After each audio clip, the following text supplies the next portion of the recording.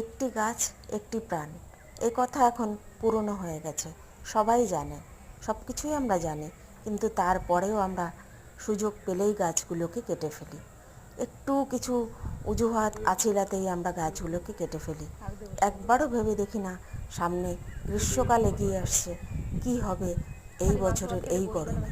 প্রত্যেক বছরই গরম আসে, প্রত্যেক বছরই গাছ বাঁচান, গাছ লাগান বলে অনেক রকম প্রচার পরিকল্পনা চলে, কিন্তু কিছুই কাজে লাগে না। আমার মনে হয় সবাই মিলে যদি একটু নিজেরা সেইভাবে চেষ্টা করি, তাহলে গাছগুলোকে কিন্তু বাঁচানো যায়।